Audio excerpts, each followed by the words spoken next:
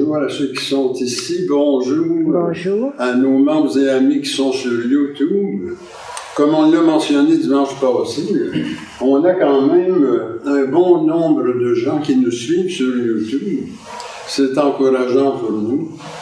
Je rappelle ce qu'on a dit aussi dimanche passé, c'est que on est bien content de voir que la communauté virtuelle s'élargit, mais on aime bien se sentir les coudes un peu dans la chapelle aussi. Alors j'invite les gens à revenir à la messe à la chapelle. Je pense qu'il n'y a plus beaucoup de danger face à la COVID. On prend vraiment toutes les mesures nécessaires. Aujourd'hui, nous sommes au 24e dimanche du temps ordinaire. Et nous faisons deux commémorations importantes. D'abord, la première des commémorations qui va donner le thème à cette messe, c'est la célébration de la Sainte Croix, qui a été faite en 335 à Jérusalem, les 13 et 14 septembre. Alors, le 14, ça va être cette semaine, mais nous le célébrons aujourd'hui. Et vous connaissez un petit peu l'histoire. La femme, c'est une femme là-dedans qui joue un rôle important. C'est Sainte Hélène, la mère de l'empereur Constantin. C'est elle qui est allée à Jérusalem, qui a fait toutes les fouilles, qui a trouvé les vestiges de la vraie croix, qui a fait construire le Saint-Sépulcre. Et c'est pour inaugurer justement la cathédrale du Saint-Sépulcre qu'on a fait cette fête de la célébration de la Sainte Croix. Aussi aujourd'hui, comme c'est la fête de la Sainte Croix, c'est le 2e anniversaire de consécration épiscopale de Wheeler. Et comme il a choisi comme devise épiscopale Redemptio per Crucem, ça va être le thème de mon homélie. Alors, le salut par la croix. La deuxième commémoraison, en fait, puis elle est très liée, je le montrerai dans mon homélie, c'est l'incorporation de la première Église catholique chrétienne qui s'est faite le 13 septembre 1859 à Sainte-Anne en Illinois. Alors, ça me permettra de rappeler aussi le rôle de la croix pour les catholiques chrétiens à l'origine. Et puis, je reviendrai un petit peu sur ce que Wheeler a dit aussi au sujet de nos pratiques de dévotion la semaine passée. Aussi, je voudrais mentionner aujourd'hui, puis ça ouvre un peu, si vous voulez, une thématique là, que j'aimerais qu'on garde dans l'Église, c'est qu'on vieillit le clergé. Nous sommes un clergé vieillissant et on est préoccupé de la relève. Alors, je donne ça un peu comme thématique, si vous voulez, que le Seigneur nous prenne en grâce et puis nous envoie de la relève. Alors, on va en parler aussi dans la prière universelle. Les jeunes qui s'intéressent à servir le Seigneur, qui nous fascinent, qui viennent vers nous, on va les former, on va les mettre à l'ouvrage, on a besoin d'aide. Et aussi, je mentionne ça parce que c'est une réalité. Il existe beaucoup de prêtres, d'anciens prêtres, qui ont abandonné le ministère pour se marier ou quoi que ce soit. Ces ministères-là sont toujours valides. Hein? Et puis, s'il y en a parmi eux qui sont intéressés à venir nous aider, qu'ils se manifestent. Et puis, il s'agit simplement d'une action pour réactiver ces ministères-là qui ont déjà été confiés dans l'Église.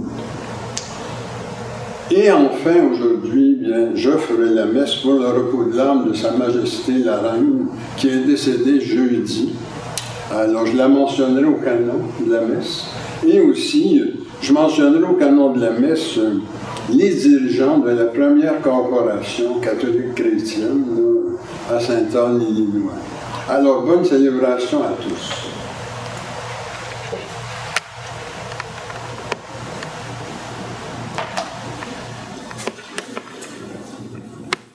Notre premier chant ce matin, c'est le numéro 10 à page 61.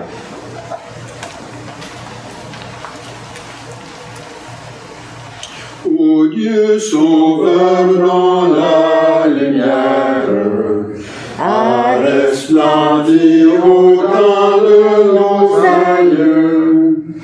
Viens sur ton Église en prière, répandre encore ton éclat radieux. Que ton esprit soit sur elle en ce jour, esprit de foi, d'espérance et d'amour. Que pour toi seul nos âmes vibrent, que ta puissance agisse dans nos cœurs, la vérité nous rendra libres, et nous serons un peuple de vainqueurs. Debout chrétiens, luttons, le temps est court, armés de foi, d'espérance et d'amour. Seigneur, que l'Église fidèle, dans la charité, toujours grandisse sous ton aile, dans la vaillance et dans la charité. Fais-la marcher au céleste séjour, pleine de foi, d'espérance et d'amour.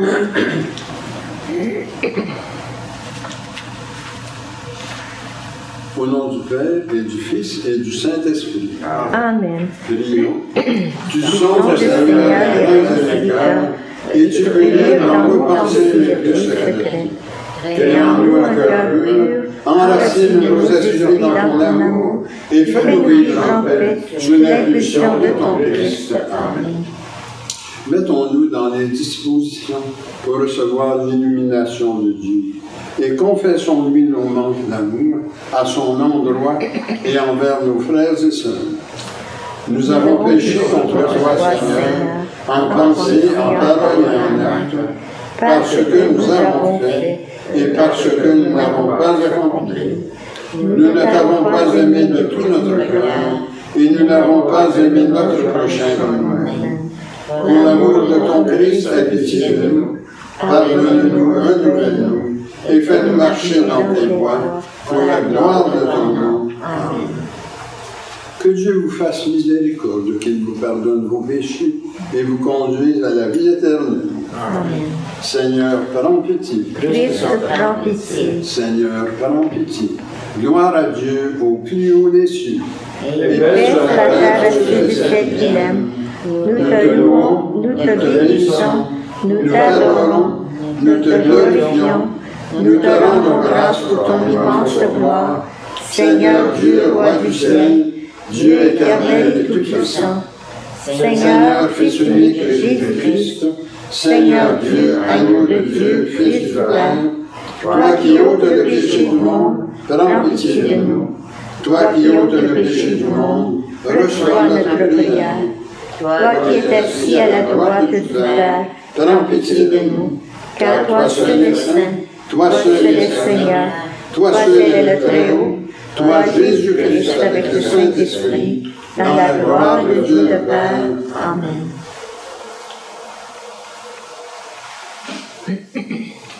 Alors, si vous voulez maintenant aller à la page 19, on va faire ensemble la prière pour la Sainte Croix.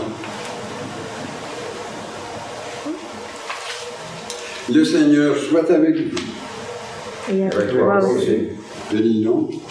Dieu Tout-Puissant, toi dont le Fils a été élevé sur la croix pour qu'il attire à lui le monde entier, accorde-nous la grâce de prendre notre croix et de le suivre, puisque nous glorifions dans le mystère de notre rédemption. Par Jésus-Christ notre Seigneur, qui vit et règne avec toi et le Saint-Esprit, un seul Dieu, dans la gloire éternelle. Amen.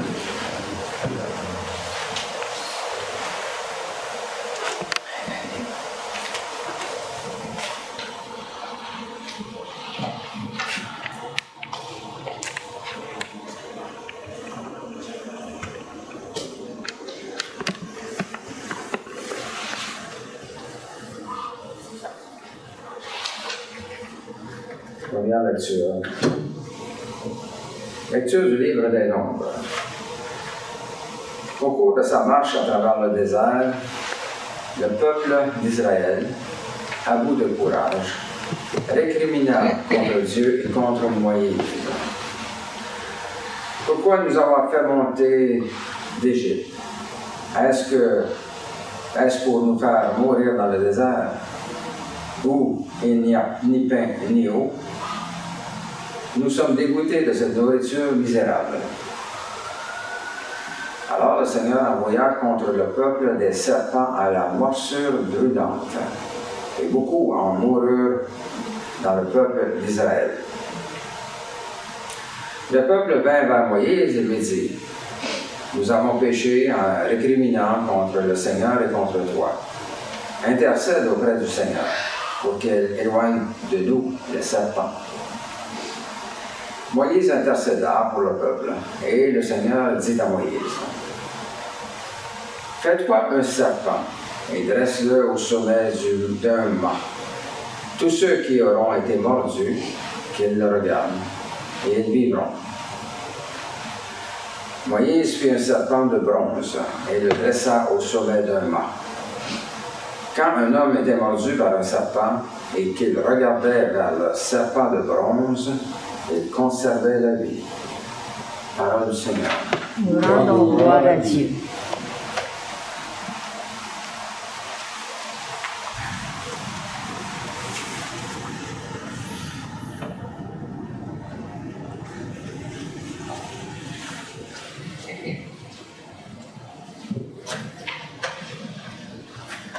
Si vous répétez après moi, par ta croix, Seigneur, tu nous rends la vie ensemble. Par ta croix, Seigneur, tu nous rends la vie. Nous avons entendu et nous savons ce que nos pères nous ont raconté. Et nous redirons à l'âge qui vient les titres de gloire du Seigneur ensemble. Par ta croix, Seigneur, tu nous rends la vie. Quand Dieu les frappait, ils le cherchaient. Ils revenaient et se tournaient vers lui. Ils se souvenaient que Dieu est leur rocher et le Dieu très haut, leur rédempteur. Par ta croix, Seigneur, tu nous rends la vie. Mais de leur bouche, ils le trompaient. De leur langue, ils lui mentaient. Leur cœur n'était pas constant envers lui. Il n'était pas fidèle à son alliance. Ensemble, par ta croix, Seigneur, tu nous rends la vie. Et lui, miséricordieux, au lieu de détruire, il pardonnait. Il se rappelait, ils ne sont que chair, un souffle qui s'en va sans retour. Ensemble, par ta croix, Seigneur, tu nous rends la vie.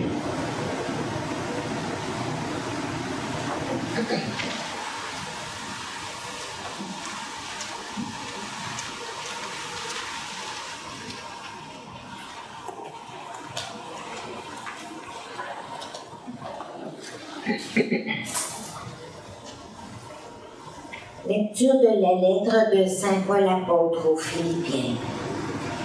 Le Christ Jésus, lui qui était dans la condition de Dieu, n'a pas jugé bon de revendiquer son droit d'être traité à l'égal de Dieu, mais au contraire, il se dépouilla lui-même en prenant la condition de serviteur.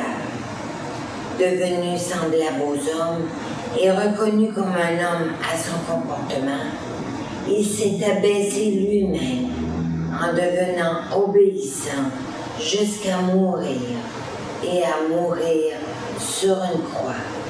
C'est pourquoi Dieu l'a élevé au-dessus de tout. Il lui a conféré le nom qui surpasse tous les noms, afin qu'au nom de Jésus, aux cieux, sur terre et dans l'abîme, tout être vivant tombe à genoux et que toute langue proclame: Jésus-Christ est le Seigneur, pour la gloire de Dieu le Père. Parole du Seigneur. Nous rendons gloire à Dieu.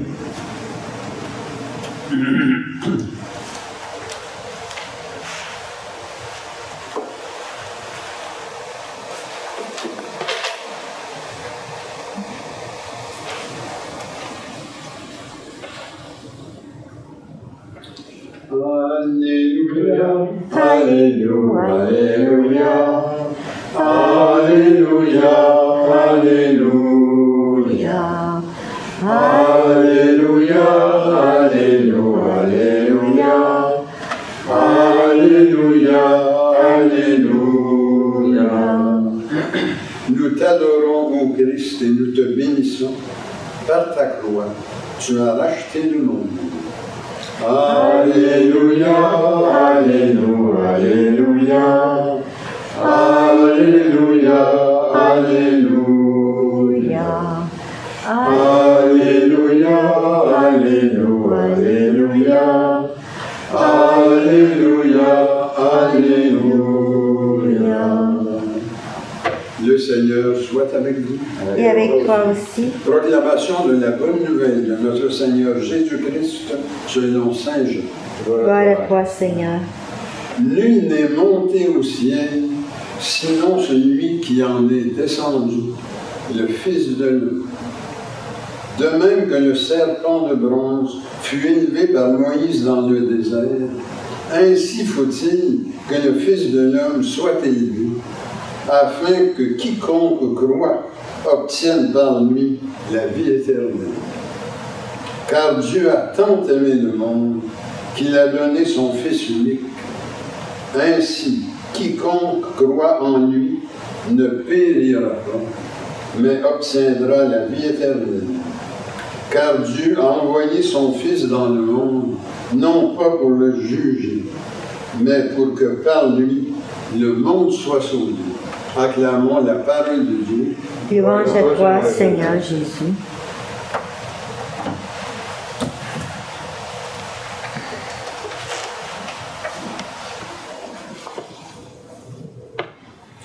Alors, nous l'avons entendu dans les lectures, hein? L'Épître et l'Évangile de ce jour parlent de la croix. La croix, c'est pas quelque chose de nouveau pour nous. On a juste à regarder, hein? On en a deux devant nous. Hein? Il y en a une sur l'autel, une là. C'est vraiment un symbole qui a une connotation positive pour nous. On la met dans nos églises, on la met dans nos maisons et dans nos cimetières. Et déjà dans l'Ancien Testament, on parle d'un ange qui fait une marque sur le front de ceux et celles qui soupirent et gémissent dans Jérusalem à cause de l'abomination. Alors on a ça dans Ézéchiel, le chapitre 9, le verset 4. Et lors des funérailles, on évoque la croix. Parce qu'on a été marqué du signe de la croix lors de notre baptême. Et nous avons cette croyance qu'elle nous protège. Et il y a un fondement biblique à ça. On a vraiment cette croyance que le Christ glorieux va nous reconnaître quand on va arriver notre bord et qu'il intercédera pour nous. Ça, c'est Saint Paul qui nous dit ça dans sa deuxième lettre à Timothée, le chapitre 2, le verset 19. Et il le dit en référence à un texte de l'Ancien Testament, qui est le livre des Nombres, dont nous avons lu un extrait en première lecture, le chapitre 16, le verset 5. Donc, il y a vraiment beaucoup de positifs d'attacher au signe de la croix. Mais c'est pas tout. La croix est également connotée de douleur, de souffrance. Une souffrance des victimes de maladie, des victimes de la guerre, comme en Ukraine, des victimes d'actes terroristes, de catastrophes naturelles, d'accidents de toutes sortes. On dit à ce moment-là que les victimes portent une lourde croix. Et c'est ce genre de croix-là que Jésus a porté, nous dit Saint Paul, dans sa lettre aux Philippiens, qu'on a lu en deuxième lecture. Alors, dans le chapitre 2, le verset 8, il écrit « Il s'est dépouillé lui-même jusqu'à mourir sur une croix. » Et les évangiles nous le montrent, tout ce que Jésus a enduré. Le mépris de ses persécuteurs. On se souvient comment est-ce qu'on l'a assis sur un banc, puis on lui a planté une couronne d'épines dans la tête en se moquant de lui, en dérision. La trahison de Judas, le reniement de Pierre, l'abandon des disciples. Alors on voit, dans le fond, on pourrait faire une lecture de l'Écriture sainte dans la perspective de tout ce que Jésus a enduré comme épreuve, comme souffrance. Mais c'est pas là que Saint Jean veut nous emmener. Dans le texte qu'on a lu tantôt dans l'Évangile, il veut nous emmener au-delà de ça. Dans son chapitre 3, les versets 13 et 17. Et dans ce but, il nous ramène dans l'Ancien Testament, dans le livre des Nombres, le chapitre 21, qu'on a lu en première lecture. Et il voit l'image du serpent de bronze comme un symbole fort qui nous permet de comprendre des choses essentielles par rapport au Christ. Et c'est toute l'idée du Christ sauveur qu'il veut développer avec cette image du serpent de bronze. Alors, rappelons le contexte. Les Hébreux sont dans le désert, ils ont été libérés d'Égypte. Et puis, est arrivé un moment où ils se faisaient mordre par des serpents venimeux. Et quiconque était mordu mourait. Hein, c'était pas une petite affaire. Là.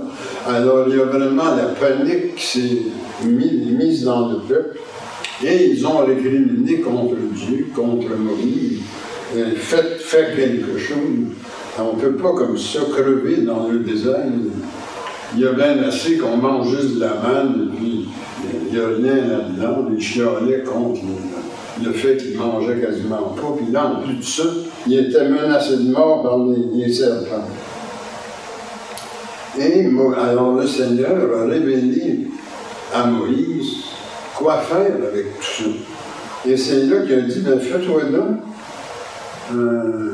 une espèce de mât, un bâton. Et au bout de ce bâton-là, mets l'image d'un serpent, mets un serpent de bronze. Les gens, quand ils regarderont le serpent de bronze, même s'ils ont été mordus, ne mourront pas. Alors, vous voyez là qu'il y a une image du salut là-dedans, déjà dans le livre des Nombres. Et ce que Saint Jean développe dans son évangile aujourd'hui, c'est que le Christ aussi a été élevé sur la croix. Et qu'on a tout avantage à regarder vers lui, hein, sur la croix. Hein? C'est lui qu'il faut regarder pour être sauvé. Pas contre des morsures de serpent, dans notre cas à nous, mais pour avoir la vie en abondance jusqu'en éternité. Alors, Saint Jean, chapitre 3, les versets 14 à 15. Parce que la croix, elle est le signe d'un amour extraordinaire qui n'a pas pour but de nous juger, de nous réduire, de nous humilier, mais de nous grandir. C'est pour ça que Saint Paul dit « Il a tant aimé le monde qu'il a envoyé son Fils unique, non pas pour juger le monde, mais pour que par lui, le monde soit sauvé. » Saint Jean, chapitre 15, verset 13. Alors ça, c'est un extrait fondamental du Nouveau Testament. Alors la croix exprime le grand amour de Dieu, qui dans le Christ nous sauve.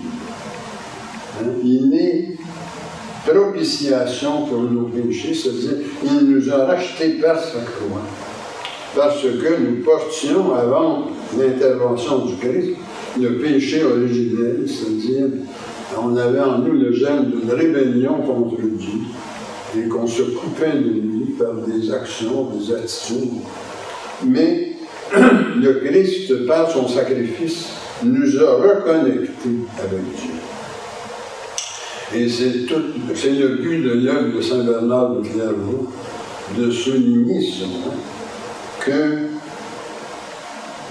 par un amour plus grand que tout mal imaginable, il nous a sauvés. Parce que cet amour-là est tellement fort que ça annule tout ce qui peut entacher l'amour, nuire à l'amour, réduire l'amour. Alors, notamment dans son beau poème qu'on chante, nous autres, des fois, là, Roi couronné d'épines, que l'amour soit plus fort que le mal. Alors, je fais maintenant une application à l'autre commémoration, qui est l'incorporation de la première église catholique chrétienne à Sainte-Anne, Illinois. Ça s'est fait le 13 septembre 1859. Et c'est une belle occasion de rappeler que nos églises, à l'origine, ont été centrées sur la croix. Il y en a qui, quand ils regardent notre théologie, ils disent qu'on a du crucicentrisme. Alors, croix crucis en latin, centré sur la croix. Centré sur la croix et sur l'expérience personnelle du salut en Jésus-Christ, ce qu'on appelle en théologie le christocentrisme. Ça, c'est deux grandes caractéristiques de la théologie catholique chrétienne. L'importance de la croix et le salut qui nous est apporté par la mort-résurrection de Jésus-Christ.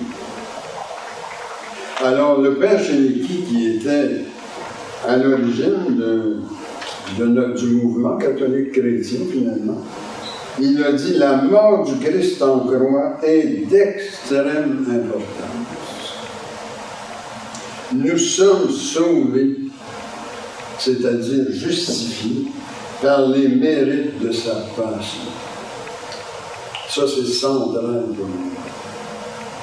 Et c'est tellement vrai qu'on le trouve ça dans la Déclaration de Sainte-Anne de 1858, l'article 3, et dans la Déclaration du Val de 1889, les articles 8 et 9.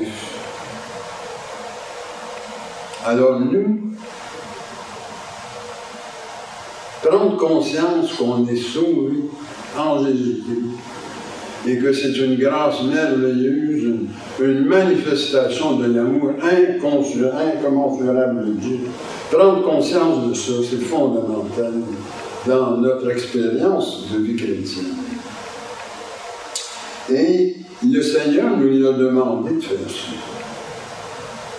d'accorder une importance primordiale à ce qu'il a fait pour nous, au lien qu'on doit maintenir avec lui. Et c'était le thème de la messe de dimanche passé, dans Saint-Luc, le chapitre 14, le verset 26, et où il l'a rappelé dans son homélie. Le Seigneur nous demande de lui donner la première place. Il ne nous demande pas de lâcher nos parents, nos frères, nos sœurs, nos amis, nos conjoints, nos enfants, non. Mais dans toutes ces fidélités-là, il nous dit, n'oubliez pas une chose, là. Moi, je veux que vous m'accordiez une importance fondamentale à cause du rôle que je joue dans mon vie. Et c'est pour ça que dans nos églises, nous n'avons pas de statut. C'est sûr qu'on observe le deuxième commandement qui dit « Tu ne feras pas d'image taillée pour les adorer, leur rendre un culte. » Mais c'est aussi à cause du fait qu'il n'y a pas des tonnes de médiateurs. Il n'y a qu'un médiateur entre Dieu et les humains, Jésus le Christ, notre Seigneur. Si on invoque les saints, c'est pas pour qu'ils soient médiateurs, c'est pour qu'ils nous rendent aussi beaux ou belles chrétiennes que nous autres. Nous autres, c'est comme ça qu'on prie les saints. On prie le Seigneur de nous rendre comme le saint, comme la sainte. Mais quand on demande des faveurs à Dieu, on ne le fait qu'à travers la médiation de Jésus-Christ le Seigneur. Et Saint Paul le dit dans sa lettre à Timothée, sa première lettre. Timothée qu'il formait pour être un leader de livre. Le chapitre 2, le verset 5. Il n'y a qu'un médiateur entre Dieu et nous, le Christ, notre Seigneur. Et ça, c'est dit intégralement dans la déclaration divine, l'article 9. Et ça a une longue histoire dans notre Église d'Akron. Parce que nous sommes nés, nous autres, au milieu du 19e siècle, dans le grand réveil religieux qu'il y a eu au Québec, dans les campagnes de tempérance du Père Chénicky. Et les Canadiens français âgés se souviennent de ça. Il y avait dans les maisons canadiennes françaises la croix noire du Père Chénicky qui rappelait aux gens ça n'a pas d'allure de se vautrer dans l'alcool comme ça, de se déposséder de nos moyens, de devenir quasiment des lopes humaines, quand on a été sauvés par Jésus-Christ, et que dans la rédemption, nous sommes empowered, rendus capables de fonctionner comme du monde, de se tenir debout, et de fonctionner comme des gens autonomes qui ont des moyens. C'était ça l'esprit à l'origine. Et quand le Père Chénicky est allé comme missionnaire aux États-Unis, dans la colonie canadienne-française de Saint-Anne, ben, il a voulu leur transmettre ça, cette intelligence des choses, cette croyance que nous sommes sauvés par le Christ et que, à cause de ça, nous avons des capacités. C'est pour ça qu'il leur avait distribué des Bibles, les formé en les faisant lire la Sainte Écriture, alors qu'à l'époque, c'était interdit. C'était objet d'excommunication d'avoir une Bible. Alors lui, à l'époque, disait, mais si nous voulons être empowered, il faut recevoir la grâce qui nous vient de la rédemption par Christ, par la croix du Sauveur, mais il faut aussi connaître la parole de Dieu qui porte ça et qui vibre en nous aussi et qui est un moyen de grâce. Alors voilà le lien qu'il faut faire entre ces deux grandes commémorations, la célébration de la croix et l'incorporation de la première Église catholique chrétienne qui s'insère dans toute une histoire au Canada français et dans l'immigration francophone aux États-Unis. Alors je termine par une prière. Ô Dieu, dans ta bonté, répands sur nous les fruits de grâce qui nous ont été mérités par la mort et la résurrection de ton Christ. Renforcez-nous et protège-nous de toute adversité. Que la croix du Sauveur nous soit un instrument de paix et un invincible bouclier contre le mal. Amen.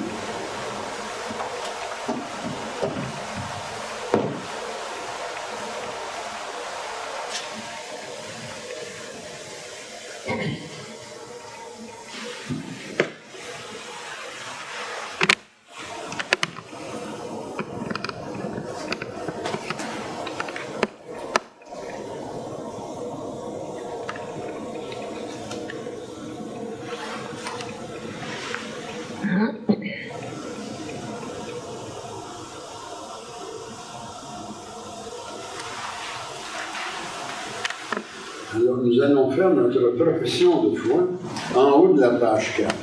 Je crois en Dieu, le Père Tout-Puissant, Créateur du ciel et de la terre, et en Jésus-Christ, son Fils unique, notre Seigneur, qui a été conçu du Saint-Esprit, né de la Vierge Marie, a souffert sous Ponce Pilate, a été crucifié, est mort, a été enseveli, est descendu aux enfers, est ressuscité le troisième jour, est monté au ciel, est assis à la droite du Père, d'où il viendra juger les vivants et les morts. Je crois au Saint-Esprit, à la Sainte Église catholique, à la communion des saints, à la rémission des péchés, à la résurrection de la chair et à la vie éternelle. Amen. Le Christ est l'impulsion de tendresse et de miséricorde de Dieu. Demandons que cette impulsion rejoigne les besoins et les préoccupations que nous avons pour nous-mêmes, pour notre milieu de vie de travail, et ainsi pour notre pays et pour le monde. Prions pour nos malades et ceux qui ont besoin de notre aide. Jules Champagne, Paulette Bessin, John-Robert Coney, Lydia Dionne, Aurélie Dionne, Brigitte Dionne et famille, Ronald Albert. Prions que notre Église continue à grandir et servir la communauté. Et aussi que notre clergé, comme il était mentionné avant, le clergé est vieillissant. Prions pour avoir une relève ici, dans Ottawa, Gatineau et ailleurs dans l'Église. Prions que Dieu pense sur sa protection, les âmes de tous ceux et celles qui ont passé par les portes de ce complexe, et ajoutons nos intentions personnelles. Seigneur, écoute-nous. Seigneur, exauce-nous.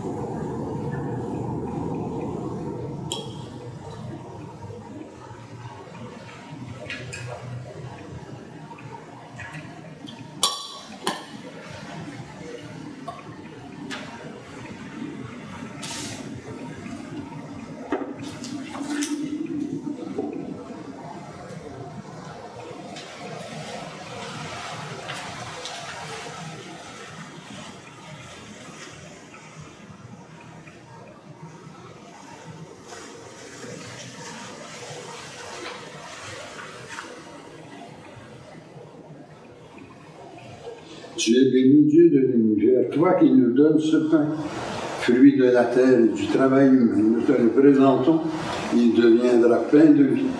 Béni soit Dieu maintenant et toujours. Tu es béni, Dieu de l'univers, toi qui nous donnes ce vin, fruit de la vigne et du travail humain. Nous te le présentons, il deviendra vin du royaume éternel. Béni soit Dieu maintenant et toujours.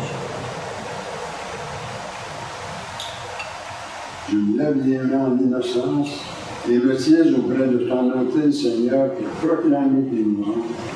Seigneur, j'aime le lieu de ta maison, le lieu de gloire où tu habites, gloire au Père, au Fils et au Saint-Esprit, comme au commencement maintenant et dans les siècles des siècles. Amen. Et maintenant, prions que notre offrande soit agréable à Dieu. Reçois, Seigneur, cette offrande à la louange et à la gloire de ton nom, et sanctifie nos vies pour ton service. Amen. Le Seigneur soit avec nous. Avec toi aussi. Élevons nos cœurs. Élevons vers le Seigneur. Rendons grâce au Seigneur notre Dieu. Cela est juste et bon.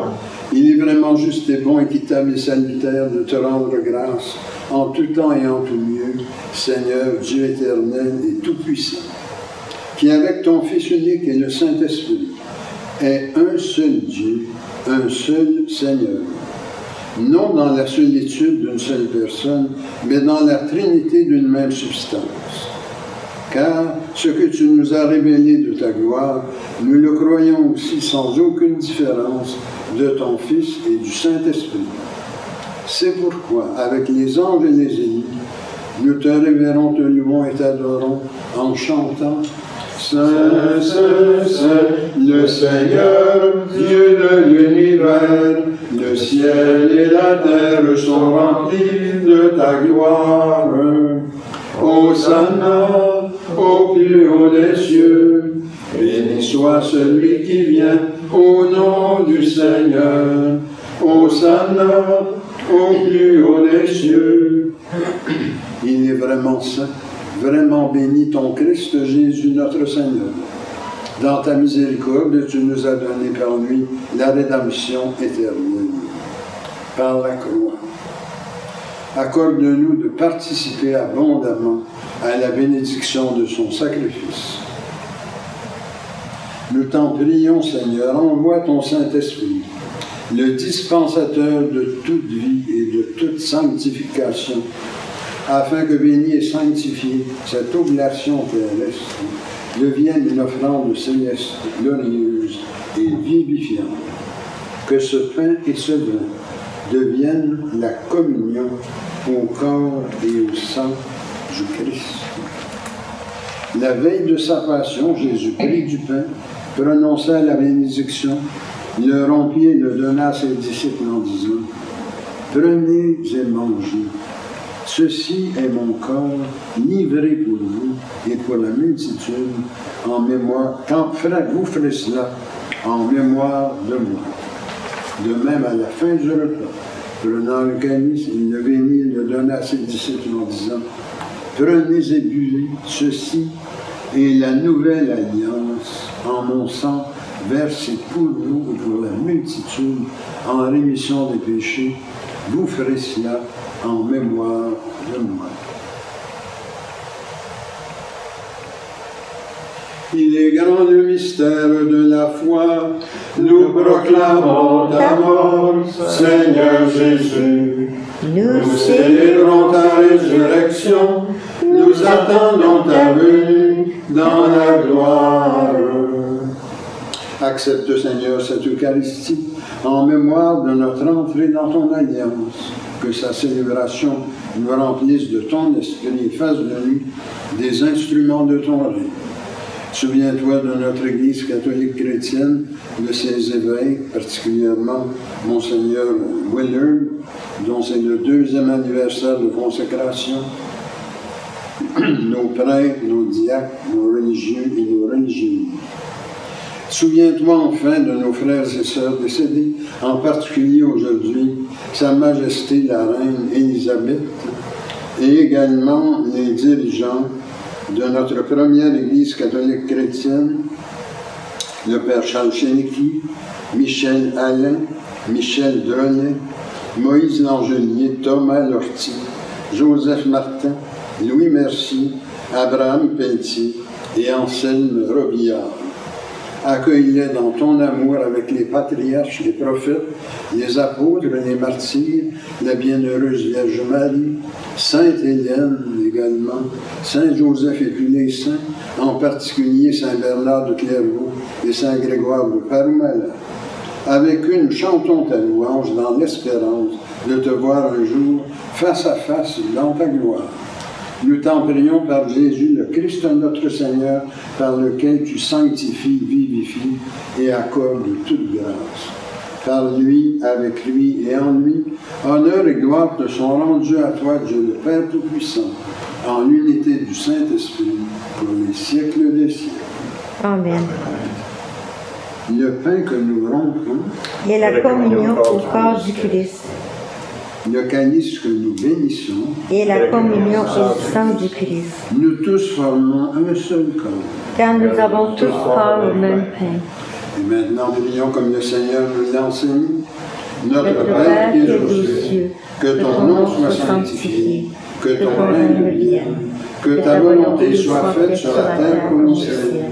Donne-nous aujourd'hui notre pain de ce jour. Pardonne-nous nos offenses, comme nous pardonnons aussi à ceux qui nous ont offensés. Et ne nous laisse pas entrer en tentation, mais délivre-nous du mal. Car c'est à toi qu'appartiennent le règne, la puissance et la gloire pour les siècles des siècles. Amen. Seigneur Jésus-Christ, tu as dit à tes apôtres, je vous laisse la paix, je vous donne ma paix. Ne regarde pas nos péchés, mais la foi de ton Église. Pour que ta volonté s'accomplisse, donne-lui toujours cette paix et conduis-la vers l'unité parfaite de ton royaume. Amen. Amen. Que la paix du Seigneur soit toujours avec vous. Et avec toi aussi.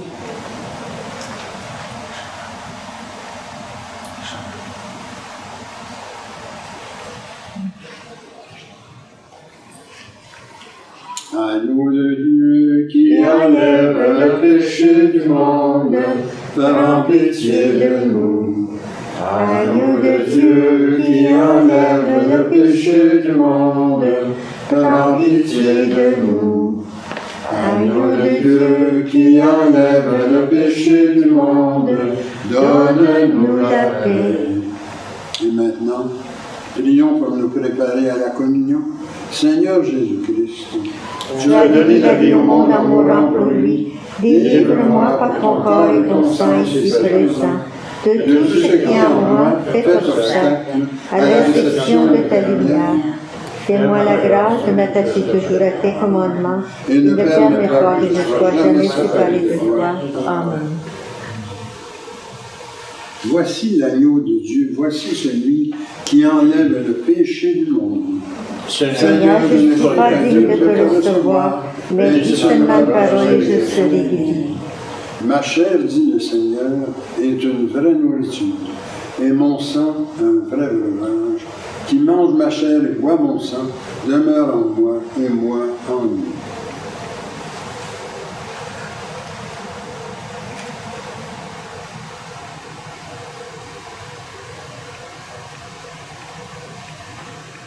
Et le corps et le sang de notre Seigneur Jésus-Christ me garde pour la vie éternelle. Amen.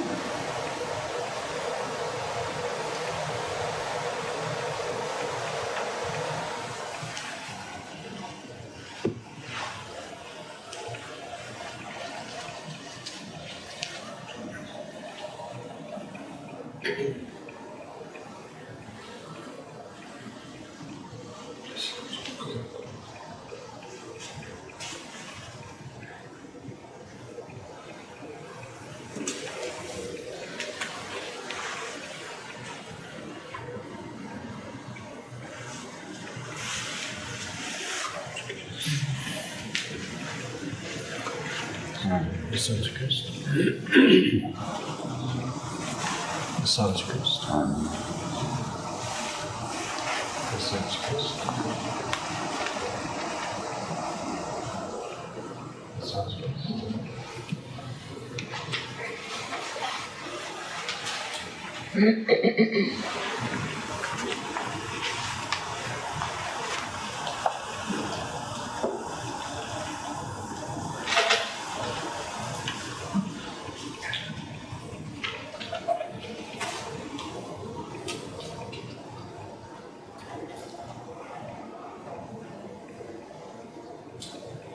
Le chant 22. Nous t'adorons, ô Christ sauveur et maître, vraiment présent dans ce repas sacré. Tu viens à nous, transfigurant notre être, nous donnant part à ta divinité.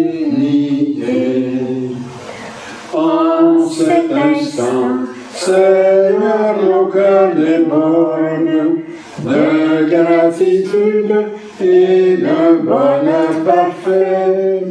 Voici qu'en nous, par ta miséricorde, ton corps, ton sang demeure à jamais.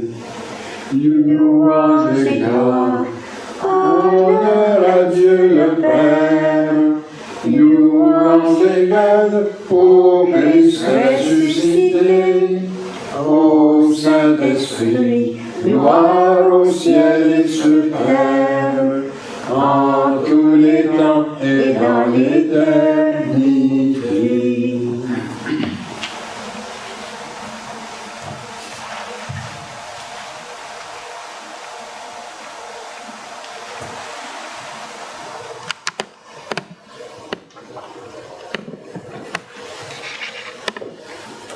Le Seigneur soit avec vous. avec toi aussi. Léo.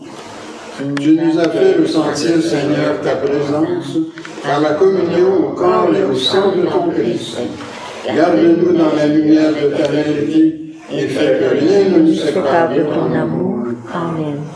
La paix de Dieu qui surpasse toute intelligence, garde vos cœurs et vos pensées dans l'amour de Dieu et de son Christ, Jésus, notre Seigneur.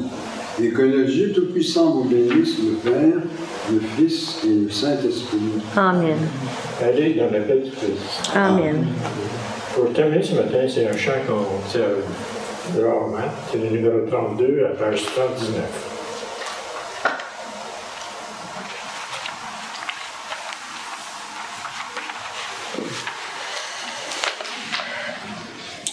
Victoire, tu régneras, ô croix, tu nous sauveras. Rayonne sur le monde qui cherche la vérité. Roi, source féconde d'amour et de liberté. Victoire, tu régneras, ô croix, tu nous sauveras. Redonne la vaillance aux pauvres et aux malheureux. C'est toi notre espérance qui nous mènera vers Dieu. Victoire, tu régneras, ô croix, tu nous sauveras. Rassemble tous nos frères à l'ombre de tes grands bras. Par toi, Dieu notre Père, au ciel nous accueillera. Victoire, Tu régneras, ô croix, tu nous sauveras.